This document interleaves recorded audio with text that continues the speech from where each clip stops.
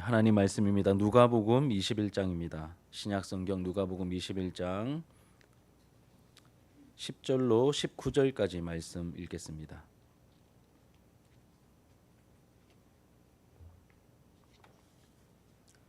우리 한 절씩 교독하시고 마지막 절은 함께 읽겠습니다. 또 이르시되 민족이 민족을 나라가 나라를 대적하여 일어나겠고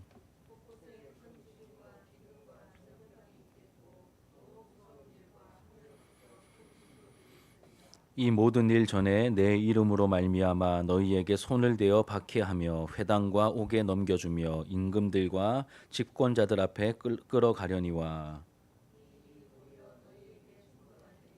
그러므로 너희는 변명할 것을 미리 궁리하지 않도록 명심하라.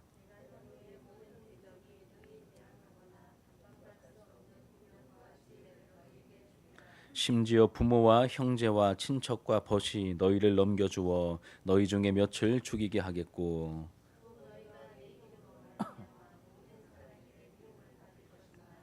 너희 머리털 하나도 상하지 아니하리라. 너희의 인내로 너희 영혼을 얻으리라. 아멘. 오늘 본문의 말씀으로 종말의 때에 가져야 할 신앙 자세라는 제목으로 하나님 말씀을 증거하도록 하겠습니다. 우리가 이제 시간 관계상 19절까지 읽었지만 이제 36절까지 내용을 함께 다루도록 하겠습니다. 누가복음 21장에 나오는 내용은 이제 종말에 있을 때에 관한 예수님의 말씀이고 예언이죠. 이와 비슷한 내용이 마태복음 24장과 또 마가복음 13장에도 나온다고 했습니다. 이 별명이 있다고 했죠. 기억나십니까? 소계시록이다. 말세에 대한 내용을 담고 있기 때문에 소계시록이라는 별명을 가지고 있습니다. 우리가 지난주에는 제자들이 이 성전의 외형적인 아름다움에 도취되어서 예수님께 이 성전을 좀 보십시오. 대단하지 않습니까? 라고 자랑했지만 오히려 예수님은 눈 하나 깜짝하지 않으시면서 이 성전이 완벽하게 돌 하나 돌 위에 남지 않고 다 무너질 거라고 말씀하신 부분을 나누었습니다. 왜 무너졌을까요? 장사꾼들이 판을 치고 있었고 외형적인 아름다움에 취해서 오히려 하나님의 임재를 가리고 있었습니다. 뿐만 아니라 이제 어디서든지 이제 이 예루살렘 성전이 아니라 어디서든지 영과 진리로 예배를 드릴 수 있는 새 언약의 시대가 시작되려면 필연적으로 성전은 이제 무너져야 했습니다. 이런 깊은 이유들도 있습니다. 그리고 성경의 많은 예언들이 이제 복합적인 성격을 제가 가지고 있다고 했습니다. 그 당대만 말하는 게 아니라 더 멀리 바라보고 있는 내용을 함께 다루는 경우들이 많다고 했죠. 이 성전 파괴에 대한 예언, 이 소계시라고 불리는 이 내용이 담고 있는 성전 파괴에 대한 내용은 주후 70년경 로마의 티투스 장군에 의해서 성취가 되었습니다. 그런데 이 예언은 성전 파괴만 다루는 것이 아니라 이 세상 끝날에 일어날 종말에 대한 사인, 종말에 대한 징조도 함께 담고 있다. 그래서 복합적이다라고 말씀을 드렸죠. 그래서 별명이 소계시록입니다. 여러분 예수님께서 역사의 마침표를 찍기 위해서 심판의 주로 다시 오실 때 그때가 언제인지는 우리가 정확하게 알 수는 없지만 이러이러한 징조들이 있을 것이다라고 말씀해 주셨습니다. 먼저는 우리가 지난주에 나누었던 이 짧은 내용이지만 적 그리스도가 나타날 거다. 나타나서 주의 이름을 운운하며 그리스도인 척할 거다라고 하는 경고를 하셨죠. 그래서 속으면 안 된다. 속으면 안 된다. 또 전쟁의 소식과 이 체제가 전복되는 이런 소요가 일어날 때 세상이 시끌시끌하고 불안감이 가득하겠지만 이런 시기가 누가 활동하기 좋습니까? 이단이 활동하기 딱 좋은 시기죠. 두려움으로 사람을 올가매기 딱 좋은 시기입니다. 그렇기 때문에 두려워하면서 허둥지둥 되지 말라고 또 예수님께서 말씀해 주셨죠. 오늘은 이제 지난주에 이어서 10절부터 이제 마지막 36절까지 쭉 살펴볼 텐데 이제 간단하게 이제 핵심 내용들을 이렇게 짚어가면서 내용을 살펴보겠습니다. 이 10절부터 36절까지 내용은 크게 두 부분으로 나눌 수 있겠습니다. 첫 번째 부분은 10절부터 28절까지인데 이 첫 번째 부분은 종말의 때에 어떤 징조와 어떤 현상들이 있을지를 보여줍니다. 어떤 징조와 어떤 현상들이 있을지를 이야기하죠. 이 예언은 1차적으로는 성전이 파괴되면서 찾아올 이스라엘의 멸망이라고 했고 2차적으로는 마지막 심판의 날이 오기 전에 어떤 징조들이 있을 것인지에 대한 내용이라고 제가 말씀드렸습니다. 이제 그 부분은 이해하셨죠? 자, 10절과 11절 같이 한번 읽어보겠습니다. 10절과 11절 성경을 보시고 읽으시면 되겠습니다. 시작. 또 이르시되 민족이 민족을 나라가 나라를 대적하여 일어나겠고 곳곳에 큰 지진과 기근과 전염병이 있겠고 또 무서운 일들과 하늘로부터 큰 징조들이 있으리라. 그러니까 자세하게 살피진 못하지만 대략 이런 내용입니다. 전쟁이 있을 거다. 천재지변도 있을 것이고 전염병도 돌 것이다. 그리고 그 외에 여러 무서운 일들이 이제 있을 거다라고 말씀하십니다.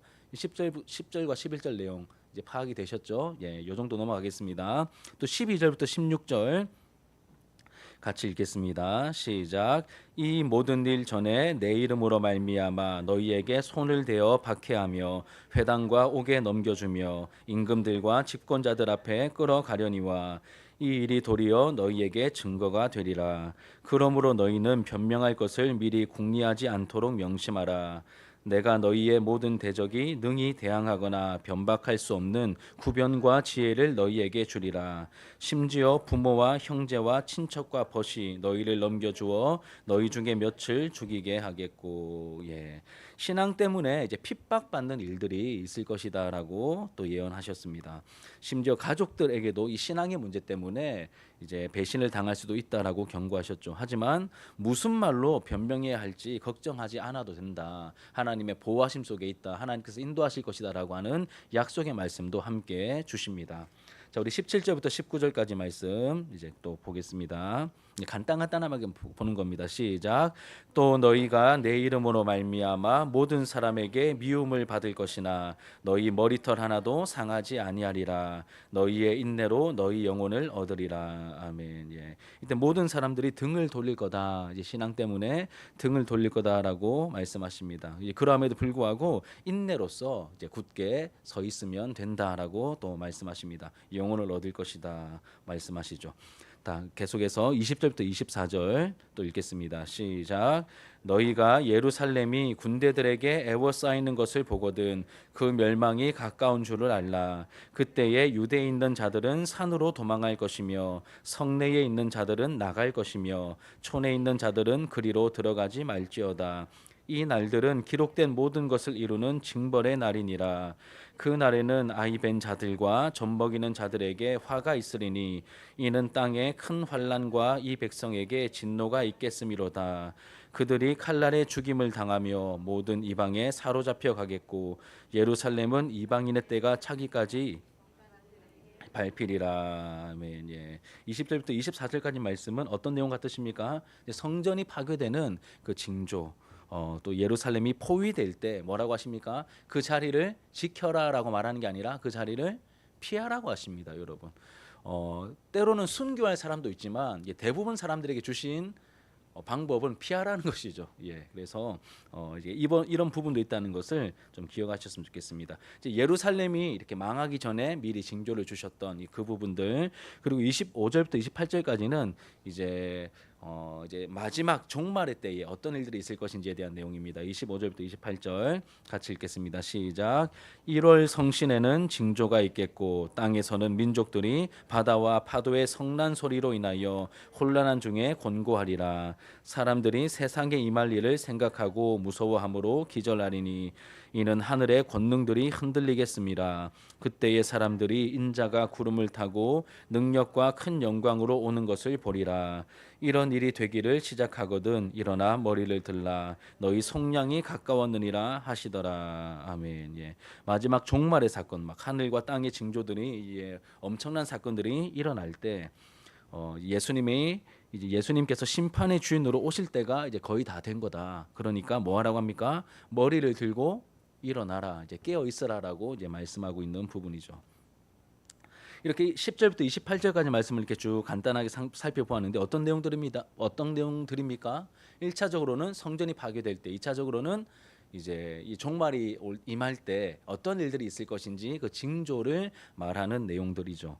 그런데 여러분, 사실 성경이 말하는 이 종말이라고 하는 이 기간은 예수님께서 사람이 되어 이 땅에 오신 그 초림이라고 하죠. 처음 오셨기 때문에 처음 오셨다 그래서 초림입니다. 이 초림으로부터 시작해서 약속대로 다시 오신다고 하니까 뭡니까? 재림입니다. 초림부터 이 재림 전까지 전체를 포함하는 것이 종말이라는 이 기간에 이제 어떤 이렇게 기한, 입니다.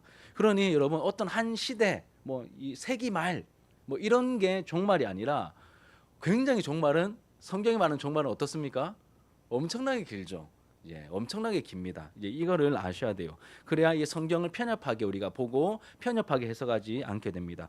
그러니 우리는 지금 종말의 시기만 2000년 넘게 사실은 살아가고 지내고 있는 중이죠.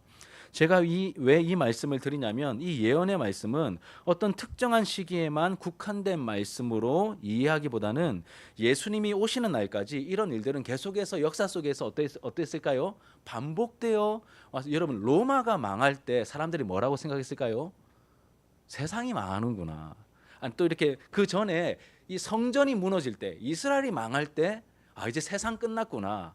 또 로마가 무너질 때도 동일하게 세상 끝났구나. 또 여러분 유럽에 흑사병이 돌 때 유럽 인구의 막 절반 이상이 죽어 나갔잖아요. 그러면 사람들이 다 뭐라고 생각했을까요? 세상 끝났구나. 그리고 또 우리 뭐 최근에 이렇게 보면 뭐 1차 세계 대전, 2차 세계 대전 막 이런 거 일어날 때 다 똑같이 그렇게 여겼겠죠.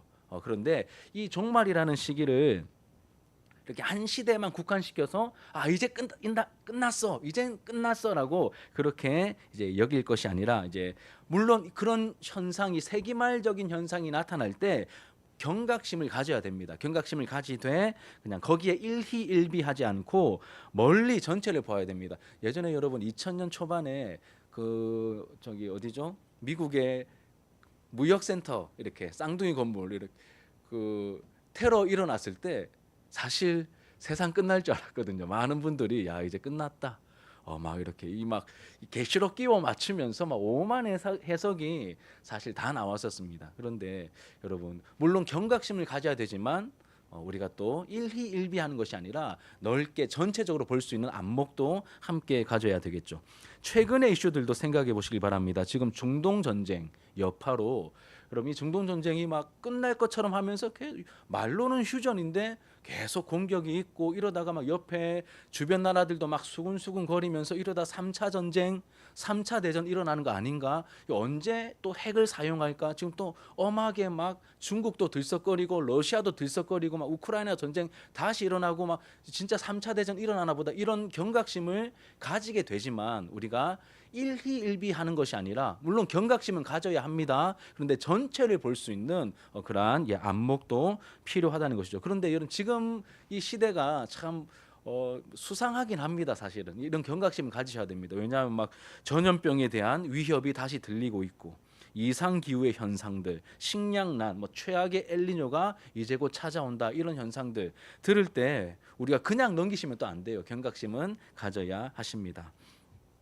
주님 오실 때가 정말로 다 돼 오는가 보다라고 하는 그런 경각심은 가져야 되겠지만 깨어 있어야 하겠지만 당장 뭐 그냥 올해 안에 오실 거야 이렇게 그냥 속단해 버리고 재산 다 정리하고 자 우리 진주 하나로 교회 막 카톡방에 자 이제 재산 다 부동산 다 정리하시고 그거 다 이렇게 현금화 시켜가지고 막 이렇게 다들 뭐 식량 준비하시고 먹을 것 준비하셔서 일로 모이십시오 막 이렇게 반응하는 것은 선을 넘는 이제 모습이겠죠. 여러분 다 이렇게 옷도 다 그냥 다 버리시고 성경에 보니 흰 옷을 입고 맞이해야 됩니다. 이렇게 다 흰 옷으로 흰 옷만 구입하셔가지고 이렇게 다 오십시오. 이렇게 하는 것은 문제가 되겠죠. 그래서 뭐가 필요할까요?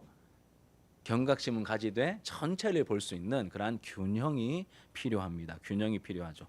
이 첫 번째 부분 정리하자면 종말의 때에 나타날 현상들을 우리에게 보여주고 있고 우리가 일희일비하는 것이 아니라 경각심을 가져야 됩니다. 여러분 경각심을 가지되 전체를 볼 수 있는 그 균형이 필요하다 이렇게 정리할 수 있겠습니다. 자 이어지는 두 번째 부분 29절부터 36절까지 이 두 번째 부분은 이러한 종말의 현상들을 보게 될 때 우리가 어떤 자세를 가져야 하는가를 또 우리에게 또 구체적인 몇 가지를 알려주고 있습니다. 어떤 태도를 가져야 할까요? 크게 세 가지로 나뉘어지는데 첫 번째는 종말의 때가 가까이 온 줄 알아야 합니다.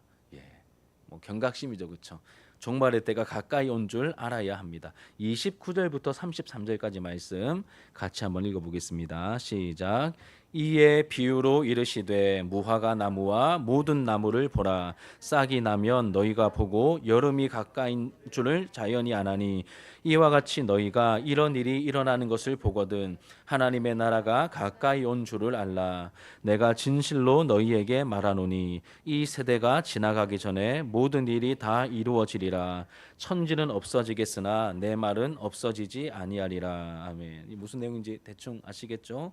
무화과 나무와 모든 나무를 보아라. 싹이 나면 여름이 온 줄 너희가 알듯이. 그러니까 우리식으로 따지면 저는 이렇게 저기 모덕골이라는 곳에 운동하러 일주일에 한 3-4번 정도 가니까 모덕골에 벚꽃이 막 피기 시작하면 야 이제 완연한 봄이 오는가 보다 이렇게 감을 잡게 되고 또 제가 또 이렇게 요즘은 좀 덜 도는데 예전에는 이렇게 아파트 단지 이렇게 크게 이렇게 한 바퀴 돌면 한 30분 걸리거든요.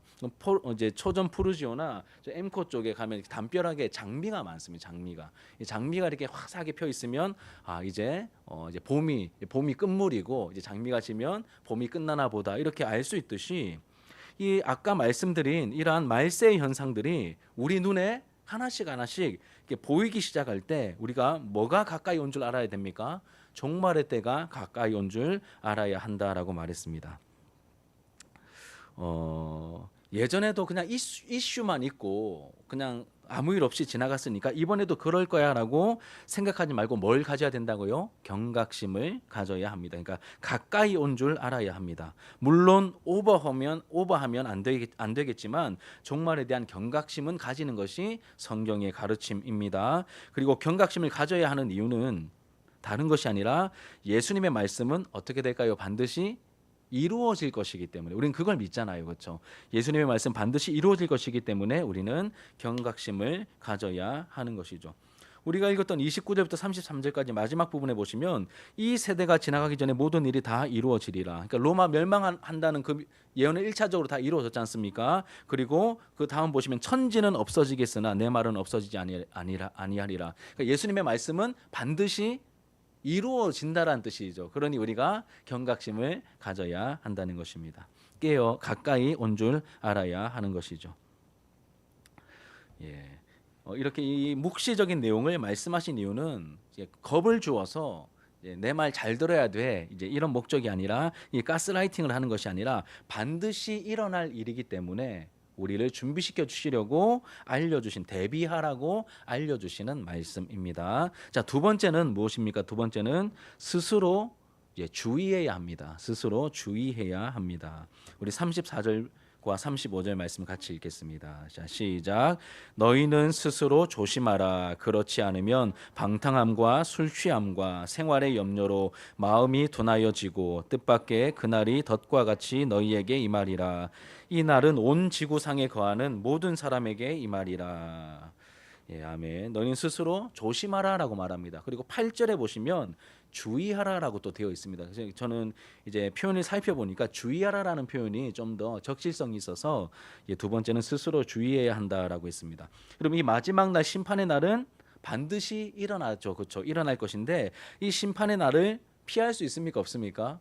아무도 마지막 절 우리가 읽었던 35절 보니까 이 날은 온 지구상에 거하는 모든 사람에게 이 말이라. 그러니까 피할 수 있는 사람이 없다는 것이죠. 피할 수 있으면 여러분 그냥 피하시면 됩니다. 근데 이제 그럴 사람이 없기 때문에 우리가 주의해야 한다는 것이죠. 그러니 우리는 이 사실을 알고 주의해야 합니다. 제가 주의라는 단어를 사전을 찾아보니까 마음에 새겨두어 조심함, 그냥 조심하는 게 아니라 마음에 새기면서 조심하는 것이 이 주의라는 단어의 뜻이었습니다. 이 심상찮은 종말의 징조가 나타날 때 그냥 넘기는 게 아니라 어떻게 됩니까? 마음에 새기면서 조심해야 한다라는 것이죠. 우리가 코로나 팬데믹 기간 중에 혹시나 감염되지 않을까 어떻게 하셨습니까? 주의하셨죠. 조심하셨죠. 그랬던 것처럼 우리가 이 종말의 때에 우리를 깨어 있지 못하게 하는 것들로부터 우리의 마음을 지키면서 영적인 위생을 철저히 지켜야 한다는 것이죠.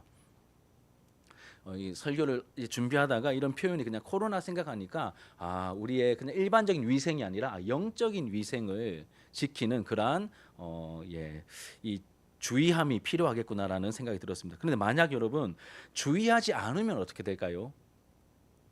우리 주의하지 않으면 어떻게 될까요? 이 말씀 보니까 이렇게 나와 있습니다. 34절에 뭐에 빠집니까? 방탕함에 빠진다. 방탕함 이제 크라이팔레라고 하는 단어인데 뭐 그건 중요하진 않습니다. 방탕함에 빠지게 된다. 돈, 시간, 에너지를 허랑방탕하게 사용하는 것을 말하죠. 다시 말해 육체적인 쾌락과 무절제한 생활에 빠져서 그 후유증으로 정신 차리지 못하고 이제 비틀거리며 이제 가진 것을 허비하는 그러한 상태에 빠지게 된다라고 말합니다. 이게 그러니까 우리가 다시 오실 그 사인이 보이는데 경각심을 가지지 않으면 뭐에 빠진다고요? 방탕함에 빠진다는 겁니다. 방탕함에 빠진다. 육체적인 쾌락과 무절제한 생활에 빠지게 된다. 두 번째로는 또 뭐에 빠집니까? 술 취함에 빠지게 됩니다. 메테라고 되어 있는데 술 취함. 이건 말 그대로 이렇게 곤드레 만드레 이렇게 술에 취한 상태를 말하죠. 방탕함이 세상에 빠져서 하나님이 맡기신 것을 허비하는 상태라면 이 메테는 현재 술에 이제 막 듬뿍 쩔어 있는 취중 상태를 말합니다. 뭐 근데 이 뭐 굳이 구별해 놨는데 사실 뭐 의미는 대동소이합니다. 방탕과 술 취함 모두 다 다시 오실 이제 주님의 다시 오심에 대해서 뭐 하게 만듭니까? 무감각하게 만드는 거예요. 방탕함에 빠지고 술 취함에 빠지면 여러분 뭐 술 안 취해 보셔서 잘 모르실 수도 있고 그런데 뭐 이렇게 우리가 뭐 세상에 깊이 빠져 있거나 다른데 막 너무 팔려 있으면 중요한 일 놓치는 경우 있지 않습니까? 이 마지막 때에 우리가 중요하게 생각해야 될 것이 다시 오실 주님에 대한 기대와 준비함인데 요거 놓치고 그냥 막 살아가게 된다. 이제 이 뜻이죠. 세 번째로는 뭐가 있습니까? 생활의 염려입니다. 생활의 염려. 메림나 비오티코스라고 하는 단어인데 생활의 염려입니다. 생존을 위한 이 생계 때문에 마음이 나누어져 있는 상태. 메림나는 나누다라는 뜻입니다. 마음이 나누어져 있는 상태를 말합니다. 먹고 사는 문제 때문에 늘 걱정에 매여 있는 상태. 이런 분들 종종 있으십니다. 생각보다 넉넉해 보이시는데 너무 걱정이 많으세요. 그래서 중요한 어떤 결정을 내릴 때 그건 항상 이렇게 제가 봤을 때는 그게 더 중요한데 먹고 사는 건 어느 정도 해결이 된 것처럼 보이지만 거기에 너무 막 이렇게 매여 있는 세상이 그러니까 그렇게 매여서 살아가는 분들이 또 많이 있어 보입니다. 그래서 하나님께 집중하지 못하게 만들죠. 방탕함과 술 취함이 세상의 쾌락과 관련이 있다면 생활의 염려는 생존 문제 때문에 염려에 빠져 있는 상태입니다. 염려에 빠져서 아무것도 못하는 거예요. 중요한 것을 선택하지 못합니다. 자, 그 다음에 이어지는 내용 보시면 이 방탕함과 술 취함과 생활의 염려에 빠지면 그 결과 어떻게 됩니까? 마음이 둔해진다라고 말합니다. 방탕 술 취한 것 생활의 염려로 마음이 둔하여지고 바리노 카르디아는 마음이라는 뜻이고 바리노는 무겁게 누르다라는 뜻입니다. 이 방탕함과 술 취함과 생활의 염려에 빠지면 우리의 마음이 어떻게 됩니까? 짓눌리는 거예요. 짓눌리게 됩니다. 마음이 무거워지고 우리의 영혼이 짓눌리게 되어서 하나님을 향하지 못하게 되는 것이죠. 그런 상태를 말합니다. 주의하지 않고 남들 하는 대로 해도 괜찮겠지라고 하는 안일한 마음으로 살다 보면 세상에 빠지게 되고 마음이 둔해지고 영적인 감각을 상실한 채로 살다가 약속대로 예수님이 다시 오실 그날에 마치 덫에 걸린 짐승처럼 될 수 있음을 경고하고 있습니다. 이 성경에 이렇게 조금 우리를 막 좀 이렇게 두렵게 만드는 이런 경고성 메시지들이 있습니다. 여러분 쉽게 넘기시면 안 되고 무겁게 들으셔야 우리가 진정으로 깨어 있을 수 있는 것이죠. 자, 세 번째 태도는 이것입니다. 항상 뭐 해야 될까요? 기도하며 깨어 있어야 합니다. 우리 36절을 같이 읽겠습니다. 시작. 이러므로 너희는 장차 올 이 모든 일을 능히 피하고 인자 앞에 서도록 항상 기도하며 깨어 있으라 하시니라. 이 장차 올 이 모든 일들을 어떻게 하라고요? 능히 피하고 인자 앞에 예수님 앞에 심판이 주러 오실 그 인자 앞에 설 수 있도록 항상 기도하며 깨어 있으라라고 말씀하셨죠. 마음이 둔해져서 덫에 걸려 있는 모습이 아니라 주님 앞에 바르게 서기 위해서는 기도로 깨어 있어야 한다라고 말씀합니다. 여러분, 성경이 보여주는 기도는 그냥 인간적으로 기도를 보면 아무것도 안 하고 그냥 앉아 있는 거잖아요. 굉장히 소극적인 활동으로 보이지만 성경이 말하는 기도는 어떻습니까? 너무너무 적극적인 행동이죠. 너무너무 적극적인 행동입니다. 특히 종말의 교훈과 관련해서 매번 빠짐없이 등장하는 이 적극적인 실천 사항으로 뭘 말씀하십니까? 기도하라를 말씀하십니다. 기도하라. 뭐 각성제를 먹거나 뭐 다른 활동을 하면서 깨어 있는 게 아닙니다. 성도는 기도하면서 우리의 영이 깨어 있을 수 있기 때문입니다. 그래서 다시 오실 주님을 맞이하기 위해서 기도로 깨어 있어야 하는 것이죠. 기도할 때 깨어 있을 수 있습니다. 그리고 정상적인 우리가 여러분 이렇게 수요 기도에 오시고 또 주일 예배 잘 오시고 뭐 새벽 기도까지 나오시면 뭐 더 좋겠지만 그렇지 않다 할지라도 그렇게 공적인 모임에만 잘 참여하셔도 우리가 충분히 기도로 잘 깨어 있을 수 있다는 것이 제 개인적인 생각입니다. 뭐 거기서 더 하려고 하지 마시고 너무 막 불안하시고 할 때는 한 번씩 좀 이렇게 기간 정해가지고 뭐 기도원도 한번 다녀오시고 빡세게 기도하는 것도 괜찮지만 저는 개인적으로 일상의 삶을 놓치게 하는 신앙생활의 패턴은 저는 이제 균형에서 벗어나기 때문에 조금 점검해야 될 필요가 있다라고 생각하거든요. 하지만 우리가 좀 약해지고 또 기도를 또 많이 하고 때로는 단기 선교를 가거나 이러한 특별한 은혜가 필요한 시즌도 있긴 있습니다. 그래서 우리가 잘 분별하면서 그렇게 하나님 앞에 나아가야 되겠지만 우리가 지금 하고 있는 정상적인 신앙생활의 패턴을 잘 따라오셔도 그걸로 우리가 건강한 신앙생활을 유지할 수 있습니다. 자, 이제 말씀을 정리하며 마치도록 하겠습니다. 오늘 본문의 흐름을 따라 크게 두 가지를 말씀드렸습니다. 하나는 종말의 때에 나타날 뭘 살폈습니까? 징조들이 무엇인지 알려주신 만큼 우리가 살펴보았고, 또 다른 하나는 종말의 때에 가져야 할 우리의 태도, 자세가 무엇인지를 살폈습니다. 우리가 가져야 될 태도 세 가지 무엇이었죠? 첫째는 종말의 때가 가까이 온 줄 알아야 한다. 두 번째는 세상 유행과 유혹에 빠져 방탕함, 술 취함, 세상 염려로 마음이 둔해지지 않게 뭐 해야 됩니까? 스스로 주의해야 한다. 마음에 새기며 조심해야 한다. 이 영적 위생 관리를 잘 하셔야 됩니다. 그리고 자기 영혼의 궁극적인 책임자는 누굽니까? 하나님께서 물론 이제 은혜로 보호해 주시지만 궁극적인 책임자는 누굽니까? 자기 자신이죠. 그래서 뭐라고 되어 있습니까? 그냥 주의해라가 아니라 스스로 주의해라.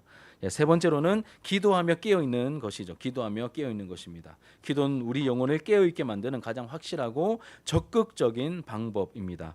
이 세 가지의 공통점 이 하나로 정리가 됩니다.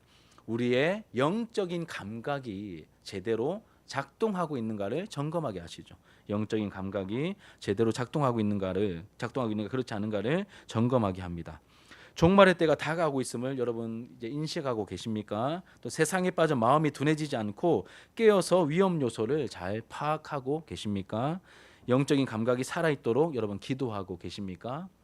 모두 다 영적인 감각과 연관이 되어 있습니다. 그러니 우리가 종말의 때에 가져야 될 태도는 다른 무엇보다 앞에 말한 세 가지 다 포함되지만 이제 하나로 묶는다면 심판의 주인이신 예수님께 영적으로 민감해져 있어야 한다는 것입니다. 영적으로 민감해야 한다는 것을 깨닫고 배우게 됩니다. 오늘 말씀을 통해 주시는 주님의 경고에 민감해야 하겠죠. 또 종말의 때를 살아갈 때 가장 필요한 것은 이 두 가지입니다. 하나는 영적인 분별력과 또 하나는 영적인 민감함입니다. 영적인 분별력과 영적인 민감함입니다. 영들을 분별하셔야 되고 성경에서 벗어난 헛된 가르침을 전파하는 거짓 선지자들이 많기 때문에 우리가 잘 분별하셔야 합니다. 그리고 영적인 민감함을 가져야 됩니다. 이 마지막 질문입니다. 여러분 어디에 좀 민감하십니까? 전기세 많이 나오고 수도세 많이 나오면 이렇게 금방 왜 이렇게 앞자리 바뀌었지? 이렇게 많이 있었지? 민감해지죠, 그렇죠? 학생들은 성적에도 민감하지만 또 요즘은 이제 또 우리 자녀들 외모에도 민감하기도 하고 또 건강에 많이 신경 쓰시는 분들은 몸에 약간의 이상만 와도 되게 민감하게 반응합니다. 그게 나쁘다는 것이 아니라 우리의 민감함들이 그렇게 나타납니다. 또 목회자는 주일에 누가 오셨는지 안 오셨는지 이렇게 거기에 또 민감하죠. 이렇게 우리가 당연하게 여기는 민감함이 있습니다. 그런데 성도는 이 종말의 때에 시대의 징조와 하나님의 인도하심에 민감해야 합니다. 여러분 이번 주일에 어떤 말씀을 우리가 나누었습니까? 하나님께 청청줄이라서 하나님께 물어야 한다. 딴 데 기웃거리지 말고 하나님께 가서 하나님께 물어야 된다. 묻는 것은 없어 보이는 행동이지만 대신 내가 묻는 대상인 하나님이 주인이십니다. 하나님이 왕이십니다라고 고백하며 인정하는 행동이기 때문에 하나님께 물어야 한다라고 말씀드렸고, 오후 예배는 기도의 마지막은 뭐라고 했습니까? 찬송이다. 응답하실 하나님으로 말미암아 찬송이다라고 말씀드렸습니다. 그리고 지금 여러분 우리가 내일까지 이제 오늘 본문까지고 내일 새벽 기도 때 다룰 건데 역대하 마지막까지 우리가 이제 다 읽게 되었습니다. 제가 이렇게 하나님께 물어야 된다는 설교를 하면서 열왕기와 역대기를 비교하면서 충분히 설명을 드렸죠. 뭐가 중요하다고 했습니까? 하나님과의 관계, 예배가 중요하다고 말씀드렸죠. 그리고 여러분 오늘 우리가 또 무엇을 다루게 됩니까? 이 말세 때에 영적으로 깨어있기 위해서 분별하고 그리고 우리가 민감하기 위해서 적극적으로 우리가 행해야 될 게 뭡니까? 기도라고 하지 않습니까? 다 뭡니까? 하나님과의 관계요.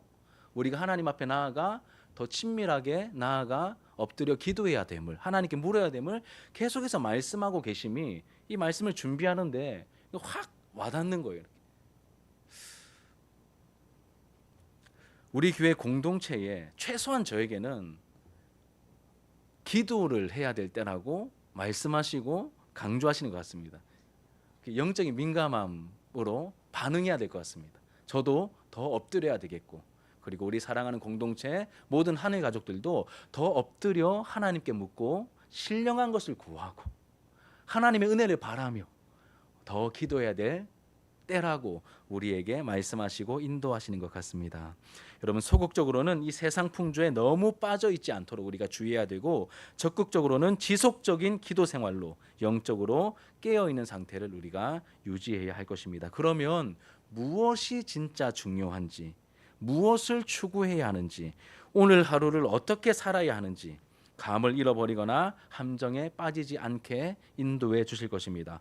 다시 오실 주님을 기다리되 선을 넘는 과도함으로 주님께 걱정을 끼쳐드리는 그런 공동체의 모습이 아니라 일상을 최선을 다해 살면서도 영적으로 깨어있는 건강하고 담대한 신앙생활을 저와 여러분들이 하게 될 줄 믿습니다. 이러한 영적인 민감함, 분별력, 균형 잡힌 건강함을 갖춘 우리 사랑하는 진주 하나로 교회 모든 하늘 가족들의 모습이 되기를 주님의 이름으로 축복합니다. 우리 말씀을 여러분 기억하시고 기도 제목 삼으면서 함께 우리 기도하는 마음으로 찬양하겠습니다.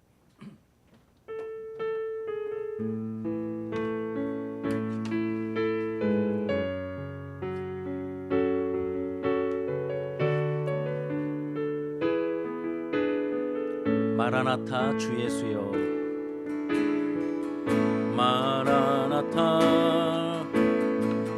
주 예수여,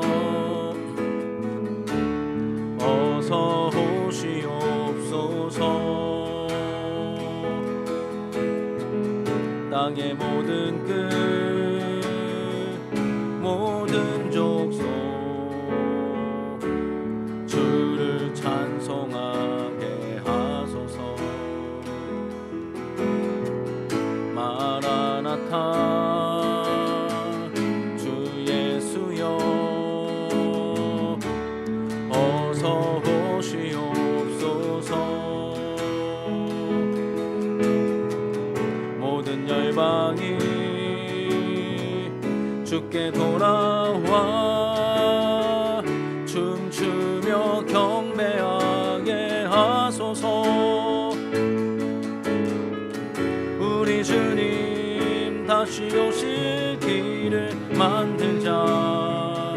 십자가를 들고 땅끝까지 우린 가리라.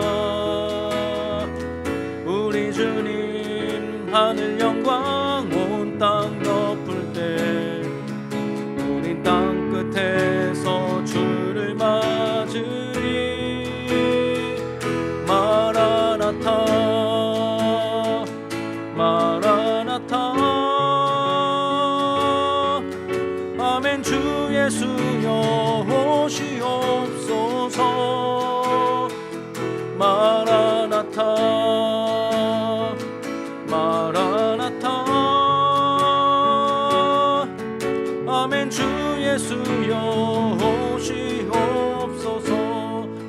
마라나타 한번 찬양합시다. 마라나타 주 예수여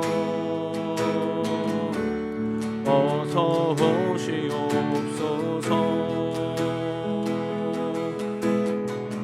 땅의 모든 끝 모든 족속 주를 찬송하게 하소서. 마라나타 주 예수여 어서 오시옵소서. 모든 열방이 주께 돌아와 춤추며 경배하게 하소서. 우리 주님 다시 오실 길을 만들자. 십자가를 들고 땅끝까지 우린 가리라. 우리 주님 하늘 영광 온 땅 덮을 때 우린 땅끝에서 주를 맞으리. 마라나타 마라나타 아멘. 주 예수여 오시옵소서. 마라나타 마라나타 아멘. 주 예수여 오시옵소서. 마라나타 마라나타 마라나타 아멘. 주 예수여 오시옵소서. 마라나타 마라나타 아멘. 주 예수여 오시옵소서. 아멘. 주 예수여 아멘. 주 예수여 오시옵소서.